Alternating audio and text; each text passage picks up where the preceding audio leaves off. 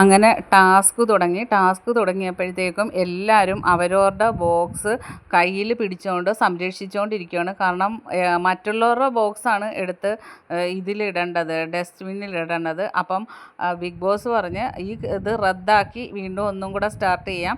കാരണം മറ്റുള്ളവരുടെ ബോക്സ് ആരും കയ്യിൽ പിടിച്ചുകൊണ്ട് അങ്ങനെ ഇരിക്കാൻ പാടില്ല. മറ്റുള്ളവരുടെ ബോക്സ് എങ്ങനെയെങ്കിലും തട്ടിയെടുത്ത് അവർ ഡസ്റ്റ്ബിന്നിൽ കൊണ്ടിടുക. അത് ഡസ്റ്റ്ബിന്ന് വരെ എത്തിക്കാതെ അവരുടെ നിന്ന് നേടിയെടുക്കേണ്ടതാണ് കണ്ടസ്റ്റൻറ്റ് ചെയ്യേണ്ടത് അവരവരുടെ ബോക്സ്. അങ്ങനെ രണ്ടാമത് വീണ്ടും ടാസ്ക് തുടങ്ങിയപ്പം അനുമോളുടെ ബോക്സ് അനീഷ് എടുത്ത് കയ്യിൽ പിടിച്ചുകൊണ്ട് നിന്ന്. കാരണം അവർ പ്ലാൻ ചെയ്തതായിരിക്കും. കാരണം അവരവരുടെ ബോക്സല്ലേ പിടിച്ചുകൊണ്ട് നിൽക്കാൻ പറ്റാത്തത്, മറ്റുള്ളവരുടെ പിടിക്കാമല്ലോ. അപ്പം സാബുമോൻ പറയുന്നുണ്ട് അനീഷ് അനുമോളുടെ ബോക്സ് പിടിച്ചുകൊണ്ട് നിൽക്കുന്ന അങ്ങനെ പറ്റില്ല, പിടിച്ചുകൊണ്ട് നിൽക്കാൻ പറ്റില്ല എന്ന് പറയുന്നത്. പക്ഷേ അനീഷ് മൈൻഡ് ചെയ്യുന്നില്ല.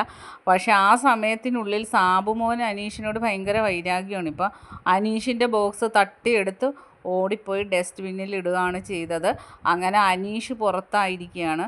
അപ്പോൾ ബിഗ് ബോസ് അനൗൺസ് ചെയ്യുന്നുണ്ട് അനീഷ് ഫസ്റ്റ് റൗണ്ടിൽ പുറത്തായിന്ന്. കാരണം ഫസ്റ്റ് റൗണ്ടിൽ ഒരാളെയാണ് പുറത്താക്കുന്നത്.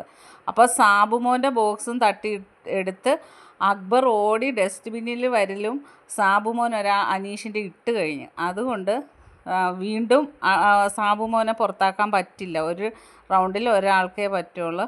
അങ്ങനെ അനീഷിന് 50,000 രൂപ നഷ്ടമായിരിക്കുകയാണെന്നാണ് ബിഗ് ബോസ് പറഞ്ഞിരിക്കുന്നത്. ബാക്കി അപ്ഡേറ്റുമായിട്ട് വീണ്ടും വരാം. അടുത്ത ബസർ സൗണ്ട് കേൾക്കുമ്പോഴാണ്. അതുവരെ നിങ്ങൾ നിങ്ങളുടെ ജോലി തുടർന്നോളാനാണ് ബിഗ് ബോസ് പറഞ്ഞിരിക്കുന്നത്.